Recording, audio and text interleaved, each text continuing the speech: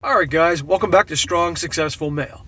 So for today, I'm going to go over an article titled, Society is Creating a New Crop of Alpha Women Who Are Unable to Love. And this article is written by a woman, and she goes into all these details how, thanks to the you-know-what movement, and trying to make women out to be so strong and masculine and do anything any guy can do, it's completely thrown relationships out of whack, particularly marriages, because you have women now that have been conditioned to act so strong and embrace their masculine side that basically it's like having two guys in a relationship and completely screws everything up, okay? And she goes into all this. And I've talked about this a lot in different videos, but I think it's really good when you have somebody actually talking about it in an article here. And that's the direction it's gone with society, and it's unfortunate. And so it's definitely screw things up with marriages, absolutely, relationships. That's one of the many reasons I tell you guys don't get married, because basically it's going to be an uphill battle the whole time, and even regular relationships. And it's going to take a while, but with awareness, maybe, just maybe, with enough awareness, guys talking about it and things like that, and not tolerating this bullshit, the pendulum will swing back. But it could take probably a generation at this point. So the article starts off saying, like me, my mother was not a perfect wife. She was, however, a remarkable and compassionate woman, and she was fiercely devoted to my father. So much so that 5 years after he died, she couldn't bring herself to even kiss the man who fell in love with her at the independent living facility where she lived for a year and a half, before she too passed away. The man wanted to marry her, but it was out of the question. In my mother's mind, there was only one man for her. That he was gone and she was technically available was beyond the point. Despite my mother's allegiance to my father, she never quite mastered wifedom. For one reason, she was wholly unyielding. With my mother, everything was a fight. Everything was no, unless she determined it was appropriate to say yes. If my mother wasn't the one who made the decision couldn't be good. Every so often, she would appear to cede to my father's wishes, but only if she happened to agree with him. Guys, does this sound like a fun relationship to you? Where everything is her way or the highway? Come on here. But does this sound familiar, guys? To you guys that are married, or you guys that were married, does this type of crap sound familiar? Does this sound like something you want to do again or be in? Hell no. Who wants to be in a relationship like that? It's a dictatorship. Indeed, my mother was the quintessential alpha wife. An alpha wife micromanages, delegates, and makes most or even all the decisions. She is, quite simply, the boss. Well, if you're single, nobody's the boss of you except you. So stay single, guys. Alpha women aren't exactly new, but they were once a rare breed. Today, they abound. There are several reasons why, but it's in large part due to women having been groomed to be leaders rather than wives.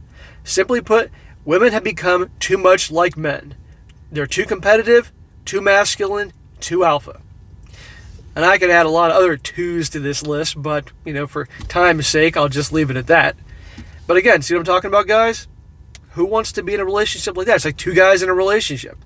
Or in a case, if you have a very feminine guy, and let's just say a feminine girl, two girls in a relationship. You gotta have polarity to make it work. Here we go. She says, every relationship requires a masculine and feminine energy to thrive. If women want to find peace with men, they must find their feminine. That is where their real power lies. Being feminine isn't about being beautiful or svetel, whatever the hell that is, or even about wearing high heels, although those things are nice. Being feminine is a state of mind, it's an attitude. Well, I disagree with the whole, it's not about being beautiful, I disagree with that. But the attitude, the personality. You can pick out a feminine woman in a heartbeat because, first of all, they're few and far between. They're more and more rare as time goes on. But at the end of the day, I'm attracted to very feminine women. And I won't give the time of day to masculine women. It's a complete turnoff. If I had the choice between a woman that was a 10 in the looks and body type department, but was masculine as hell, or a woman that was a 7 in the looks and body type department, but was unbelievably feminine and girly and all that, I'd take her any day of the week. But I want the 9s and 10s in terms of the body type and looks and are feminine. That's what I like. And I won't waste my time with anything less than that. In essence, being feminine means being nice. It means being soft instead of hard. And by nice, I don't mean you should become a mouse. That's the narrative the culture sells, but that doesn't make it true. Men love women who are fun and feisty and who know their own mind. But they don't want a woman who tells them what to do. As a man named Chuck once wrote on my site, a strong woman is awesome, but she must be inviting and be able to mesh into an actual relationship. Needing to dominate and overpower, that's a no-go. Well, I don't agree with the strong woman is awesome thing. I do think I like someone that can take care of themselves, doesn't rely on me for everything, but not the sense of the strong woman now. No. But I'm guessing that's not what she means. And absolutely, the no-go is needing to dominate and overpower. That's masculine energy. That's what guys do, not women. Jackie Kennedy once said there are two kinds of women: those who want power in the world and those who want power in bed. American women have become laser focused on the former and have rejected the latter. In doing so, they've undermined their ability to find lasting love. The roles may have changed, but the rules haven't. All a good man wants for his wife is to be happy, and he will go to great lengths to make that happen. He'll even support his wife's ideas, plans, or opinions if he doesn't agree with them. That's because a husband's number one goal is to please his wife. If he determines his wife cannot be pleased, that's when the marriage is in trouble. Well, that's a little bit more ass-kissing than I agree with here, but yes, lots of guys want to do things to make whether their wives or girlfriends happy.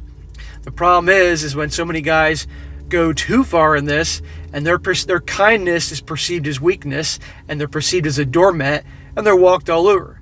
So there's a fine line there. But guys should not be doing nice things if it's not reciprocated. If you're a giver and all she is a taker, it's not going to work, you know? But a lot of guys will just give and give and give, being conditioned to think that's just what they're supposed to do. You don't give to someone that doesn't give back. Don't waste your time. Men are just Men are just so much simpler than women. Not simple as in dumb, as often portrayed in the media, simple in that they have far fewer needs than women do. What men want most of all is respect, companionship, and sex. If you supply these basics, your husband will do anything for you: slay the dragons, kill the beast, work 3 jobs, etc. Men will happily do this if and only if they are loved well in return. It is when men are not loved, well, that's when problems arise. That is the nature of the male-female dance. Exactly. We don't need much to be happy. Take care of yourself, take care of your body, stay healthy, stay in shape, stay feminine, keep your hair long, dress nice, okay?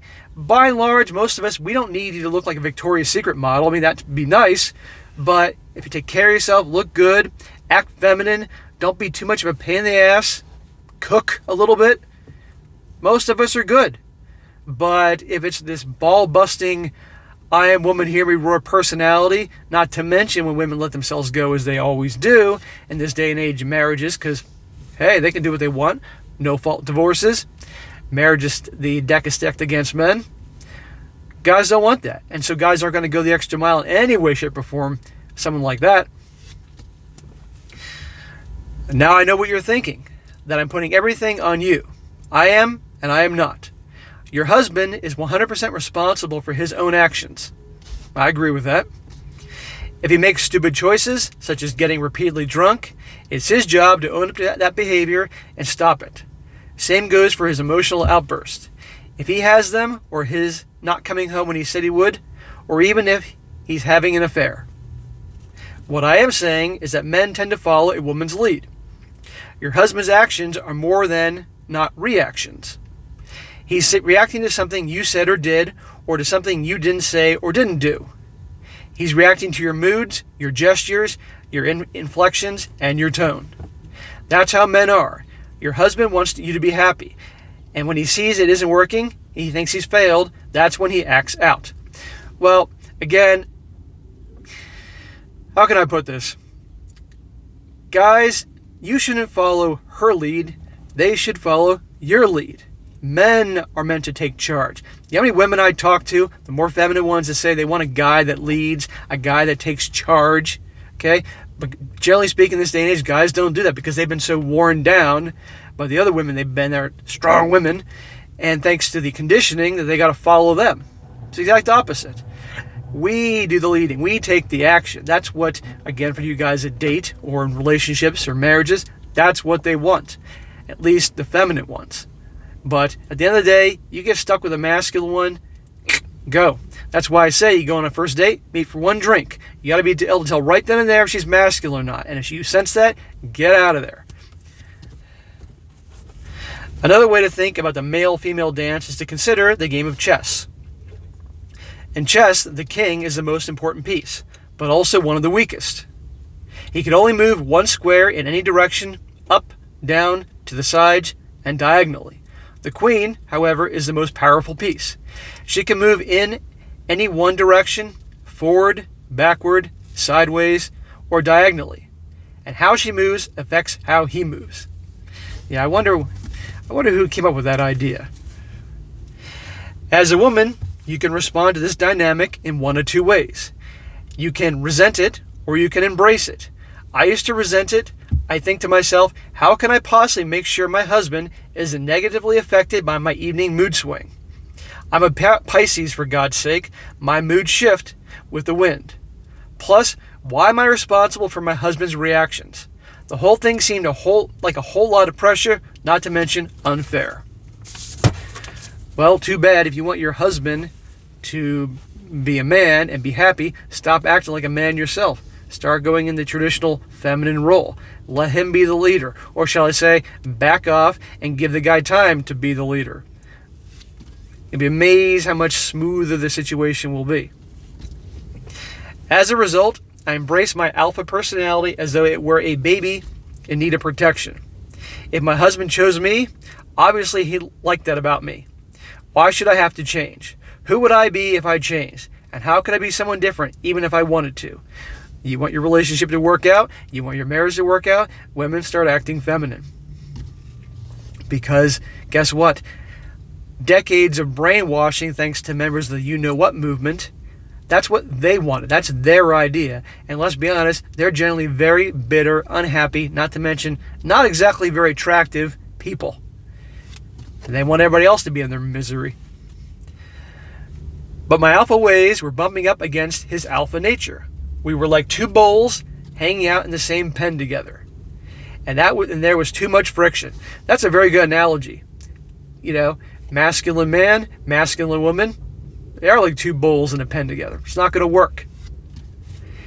And because I had zero interest in my husband adopting a more feminine role, I set about to become the feminine creature our culture insists women not be.